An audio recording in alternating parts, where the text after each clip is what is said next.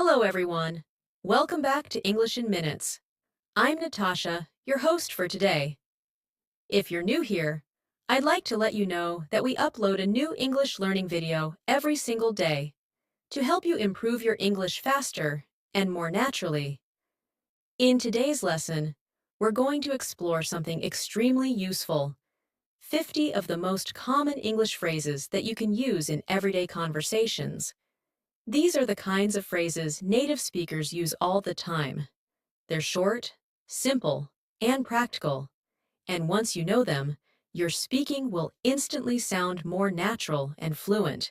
Not only will this help improve your English listening and speaking skills, but it will also help you express yourself more confidently in different situations, whether you're talking to a friend, asking for help, ordering food, or just having a casual chat.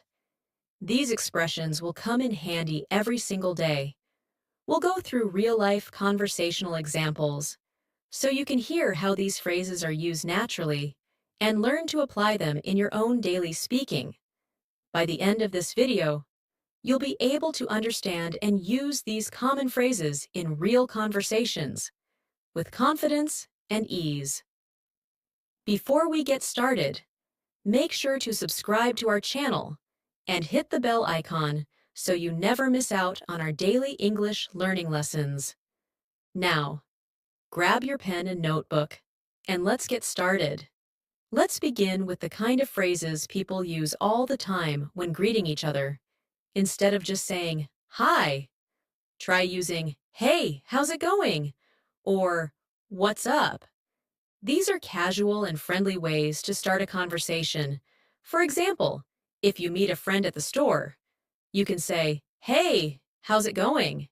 And they might respond, "Not bad, just picking up a few things." This sounds much more natural than only saying hello.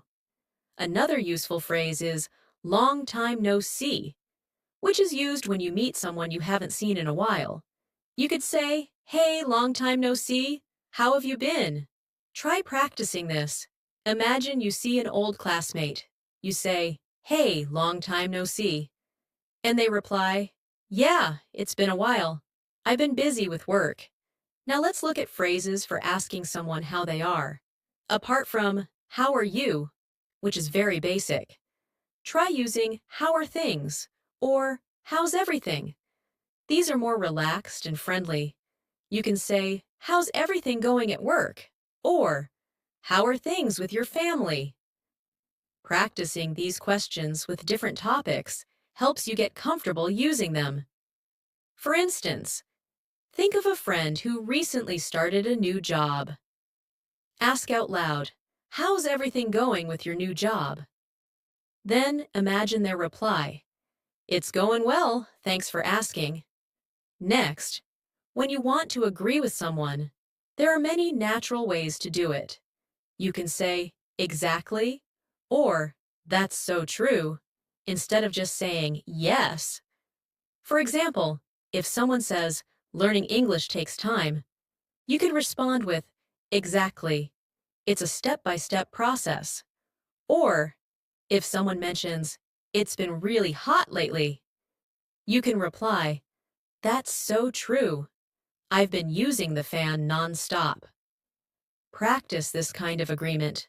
Think of a simple opinion, like, "I think weekends are too short." Now respond with, "Totally. They just fly by." Sometimes we want to show surprise or interest. In these cases, you can use phrases like "No way" or "You're kidding." For example, if your friend tells you, "I won the lottery," you can say, "No way, that's amazing." These phrases help you sound more engaged in conversations. Practice reacting to different situations. If someone says, "I met a celebrity at the cafe," you can say, "You're kidding. Who was it?" Using the right reaction makes your conversation lively and natural. When you want to ask for a favor or make a request, try saying, "Can you do me a favor?" or "Would you mind helping me out?" These sound polite and friendly. Instead of just saying, "Help me," which can sound a bit too direct, you can say, Can you do me a favor and check this email? Or, would you mind giving me a ride? Let's practice one. Imagine you need help moving a box. Say out loud, would you mind helping me carry this? Now imagine the reply. Sure, I'd be happy to. In situations where you're offering help, you can say, do you need a hand? Or, let me know if you need anything. These phrases show that you are willing to support someone. For example, if your friend is cleaning up after a party, you can say, do you need a hand with the dishes? Or if someone looks stressed, just say, let me know if you need anything. Practice this by thinking of different ways to offer help. Imagine you see a friend carrying books. Say, do you need a hand with those? When you're talking about plans, a very common phrase is, I'm down for that, which means you agree with the plan. If your friend says, let's go to the beach tomorrow, you can say, I'm down for that. It's casual and sounds very natural. Another similar phrase is, sounds good. So if someone says, let's meet at 5, you can reply, sounds good. These are simple but important for confirming plans in daily life. Practice with this. Imagine someone says, want to grab coffee later? You respond, sounds good. I'll text you when I'm free. Let's also talk about phrases for ending conversations politely. Instead of just saying goodbye, you can say, I'll catch you later, or talk to you soon. These make the conversation feel warm and friendly. For example, after a chat, you can say, it was great talking to you. I'll catch you later. Try this now. Think of the last person you spoke to. Imagine ending the conversation with, talk to you soon, take care. In many conversations, people often say things like, you know what I mean, or, right, at the end of a sentence. These phrases help keep the listener involved. For example, you might say, it's really hard to stay focused these days, you know what I mean? Or, that movie was really slow, right? Practice this by adding these small phrases at the end of your thoughts. Take this sentence. This weather makes me sleepy. Now add, you know what I mean? And say it out loud. Let's pause here for a quick recap in the form of practice. Imagine you're meeting a friend after a long time.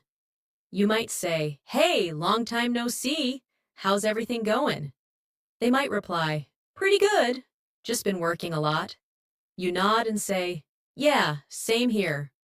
Work's been nonstop. Totally exhausting. You know what I mean? Then your friend laughs and says, exactly. We all need a break. You both smile and say, let's catch up again soon. Sounds good. Talk to you later. Practicing these mini conversations will help you sound natural when speaking English. Now, let's move on to some useful phrases for expressing emotions and opinions in everyday English. These expressions help you sound more fluent because native speakers often talk about how they feel using short, natural phrases. For example, if something makes you happy, you can say, I'm so glad to hear that, or that's awesome. If a friend says they got a new job, don't just say, good. Try saying, I'm so happy for you. That's awesome. It makes your response more engaging. Practice this with different good news. If someone says, I passed the exam, you say, that's great. I knew you could do it. On the other hand, when you hear bad news, you can use expressions like, that's too bad, or I'm sorry to hear that. For example, if someone says, my dog is sick, a natural response is, I'm so sorry to hear that. I hope it gets better soon. Or if a friend says, I didn't get the job I wanted, you can say, that's really unfortunate. Keep trying. Something better will come along. Practicing your reaction to both good and bad news helps you prepare for real conversations. Try saying, I'm sorry to hear that, followed by a kind or hopeful message.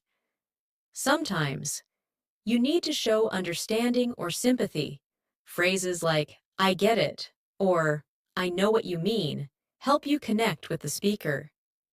If your friend says, "I've been feeling really stressed lately," a great response is, "Yeah, I get it.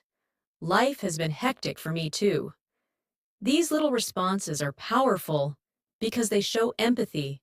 Practice this.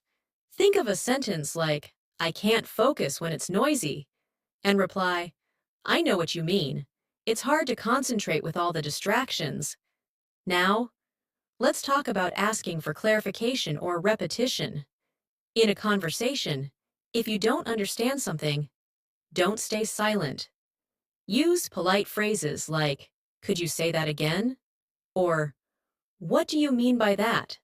For example, if someone speaks too fast, you can say, "Sorry, could you repeat that?" Or, if they use a difficult word, say, "I'm not sure I get that. Can you explain it differently?" These phrases help you stay engaged and improve your understanding.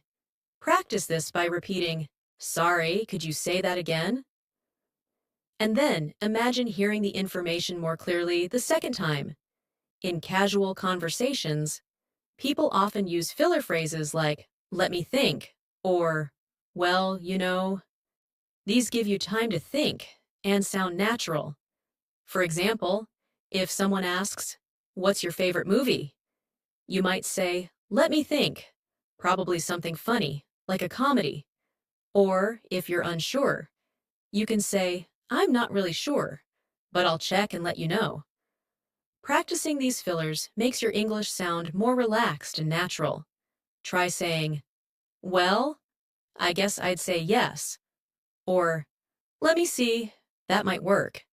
When making suggestions, use phrases like, "How about?" or "Why don't we?" These are friendly and common ways to offer ideas. For instance, if you and a friend are deciding what to do, you could say, "How about we go for a walk?" Or, "Why don't we try that new cafe?" These expressions are softer and more polite than direct commands. Let's practice with this example. You want to watch a movie tonight. Say, "How about watching something funny tonight?" Now follow with a friend's reply. That sounds perfect. Sometimes in conversation, you'll need to change the topic smoothly. Useful phrases include, "by the way," or "speaking of that." For example, you might say, "By the way, did you hear about the new store opening?" Or, "Speaking of movies, have you seen the latest one with that famous actor?" These little phrases help you shift topics without sounding awkward. Try practicing. Imagine you're talking about lunch, and then say, "By the way, how's your brother doing?" Now, let's explore polite ways of disagreeing. In English, it's important to disagree respectfully. Instead of saying "you're wrong," say, "I see your point, but," or "I'm not sure I agree with that." For example, if someone says, "Online learning is always better," you could say, "I get where you're coming from, but I think it depends on the person." Practicing polite disagreement helps you sound respectful in discussions. Try this. "I see your point, but I'd look at it a little differently." When something unexpected happens, people often say phrases like, "That's crazy," or "I can't believe it." These expressions show surprise or amazement. If someone tells you a wild story, you can respond with, "No way, that's insane." For example, "I saw a bear near the lake," and you say, "You're kidding, that's crazy." Try practicing your reactions to amazing stories. It will help you sound more engaged. Imagine someone says, "I traveled to 5 countries last year." You reply, "Wow, that's amazing. I wish I could do that." Sometimes, you want to give reassurance. Common phrases include, "Don't worry about it," or "It's not a big deal." These are used when someone makes a mistake or feels embarrassed. For instance, if someone spills coffee and apologizes, you say, "Don't worry about it. It happens." These phrases help calm the situation. Practice this by imagining someone says, "I forgot to call you back." You reply, No problem at all. I know you're busy. Let's take a moment to combine some of the phrases we've covered so far in a practice conversation. Imagine you meet a friend at a cafe. You say, "Hey, what's up?" They reply, "Not much. Just needed a break." You respond, "Yeah, I get it. Work's been really stressful lately. You know what I mean?" Your friend nods and says, "Exactly. I've been looking for something fun to do." You suggest, "How about we go to that new art exhibit this weekend?" Your friend replies, "Sounds good. Let's do it." You finish with, "Cool. I'll text you the details later. Talk to you soon." This kind of back and forth builds your conversational skills. Try practicing the same conversation with small changes. Replace the topic or the emotion, and use the same structure. For example, instead of an art exhibit, talk about going to a park. The goal is to keep using the phrases in natural ways. The more you practice them in realistic situations, the more automatic and fluent your speaking will become. Now, let's practice with a short exercise you can do out loud. I'll say a situation, and you can respond with the right phrase. Ready? Situation 1. Your friend tells you they got a promotion at work. How would you respond? Try saying, "That's awesome. I'm so happy for you." Situation 2. You didn't hear what someone said. Say, "Sorry, could you say that again?" Situation 3. A friend wants to go out tonight. Say, "Sounds good. What time should we meet?" Situation 4. You need a small favor. Say, "Would you mind helping me with this report?" Situation 5. A friend says they're feeling down. Try responding with, "I get it. I've been there too." These practice exercises are simple, but powerful. Repeating them out loud helps build confidence, and it trains your brain to respond naturally in real conversations. The secret to fluency is not just learning the phrases, but using them often, even when you're alone. Talk to yourself, practice in front of the mirror, or speak with a friend. These phrases will become part of your daily speech in no time. Let's continue with a few more everyday phrases that you'll often hear in conversation. When you want to give someone your opinion or explain how you feel about something, expressions like "to be," "honest," or "honestly speaking" are very useful. For example, if someone asks what you thought of a movie, you can say, "To be honest, it wasn't my favorite." Or if a meal didn't taste great, you might say, "Honestly speaking, it was a bit bland." These phrases make your speech sound more natural and sincere. Let's practice with this example. Imagine your friend asks if you liked their cooking. You can say, "To be honest, it was okay, but I think it needed a bit more salt." Now, in situations where you need to express your plans or intentions, you can use phrases like, "I'm planning to," or "I'm thinking of." For example, "I'm planning to start exercising more this month," or "I'm thinking of traveling next summer." These expressions are great for everyday conversations about the future. Practice them like this. "I'm thinking of learning a new language," or "I'm planning to watch that new series everyone's talking about." These are easy to use and make your speech flow more like a native speaker. In daily life, we often make offers or requests. Some polite ways to offer help include, "Do you want me to?" or "Would you like me to?" For example, if someone looks tired, you can say, "Do you want me to carry that for you?" Or, "Would you like me to help with the cleaning?" On the other hand, when making a request, you can say, "Could you please?" Or, "Would it be okay if," for instance, "Could you please send me the report by noon?" Or, "Would it be okay if I borrowed your book?" These polite phrases make your communication smoother and more respectful. Let's practice both. Imagine you're offering to help with groceries. Say, "Do you want me to carry the bags?" Now ask for help. "Could you please show me how to use this app?" Sometimes, conversations include giving advice or suggestions. Common expressions for this are, "You should," or "If I were you, I'd." For example, if a friend is tired, you might say, "You should take a break."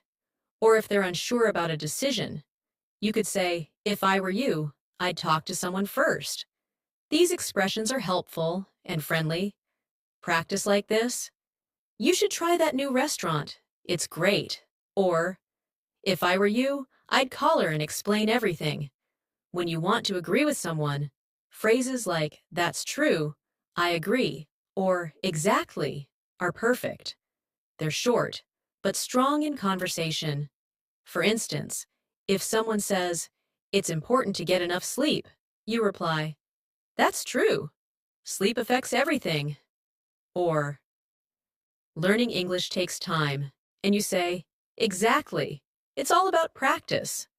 Try repeating these responses aloud. When someone gives an opinion, your natural response can be, "Yeah, I agree," or "That's exactly how I feel too." In contrast, if you gently want to disagree or offer a different view, you can use phrases like, "I'm not so sure about that," or "That might be true, but," for example, "I think everyone should wake up early," and you respond, "That might be true, but not everyone is a morning person." Practice with this scenario. A friend says, "Fast food is the best," and you say, "I get why you like it, but I prefer home-cooked meals." These responses keep the conversation polite while still expressing your view. Let's also add some casual conversational phrases. These are expressions people use all the time without thinking, and they're important for sounding natural. Phrases like, "You know what I mean?"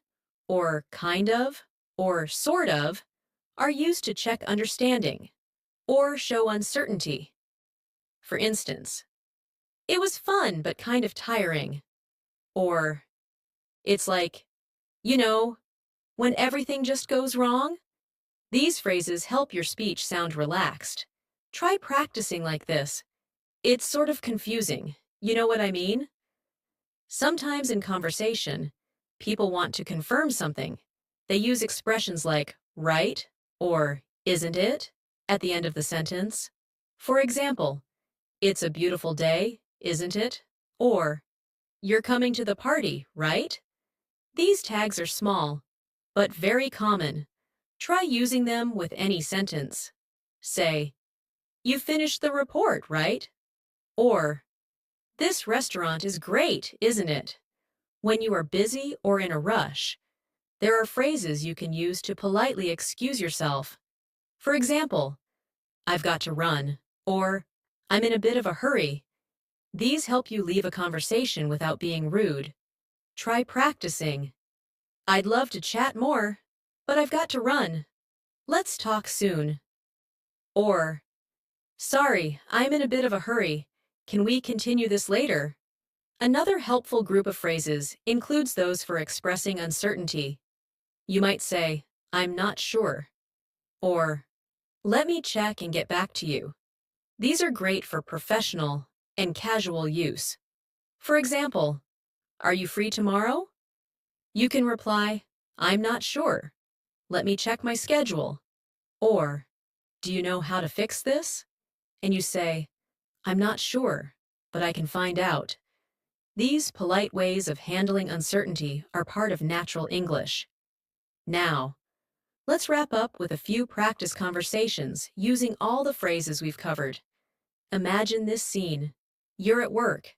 A colleague walks by and says, "Hey, how's your day going?" You respond, "Not bad. A little busy, but I'm managing." "You?" They say, "Same here. I've got a lot on my plate." You nod and say, "Yeah, I get it. It's been non-stop lately. By the way, did you finish the report?" Your colleague replies, "Almost. I'll send it by the end of the day." You smile and say, Perfect. No rush. Now here's another scene. You're meeting a friend for coffee. You say, "Hi, long time no see. What's new?" Your friend replies, "I just got a new job." You respond with excitement, "That's awesome. I'm so happy for you." They say, "Thanks." It's a bit challenging though. You answer, "I know what you mean. Starting something new can be tough." They nod and say, "Exactly." You continue, "So, how about celebrating this weekend?" They reply, "Sounds good to me." Let's go over a final set of quick, natural responses. When someone thanks you, say, "No problem," or "Anytime." When someone apologizes, you can say, "It's okay," or "No worries." When saying goodbye, you can say, "Take care," "See you around," or "Talk to you later." These short phrases are used all the time and should become automatic for you. To build fluency, take time each day to practice using 5 to 10 of these phrases in sentences. You don't need a partner. Just say them aloud to yourself. For example, "I'm so glad you came." "Could you please help me out?" Or, "You should try that new place." Set a timer for 5 minutes and practice with energy and confidence. Let me give you one final practice round before we end the lesson. I'll give a situation and a pause.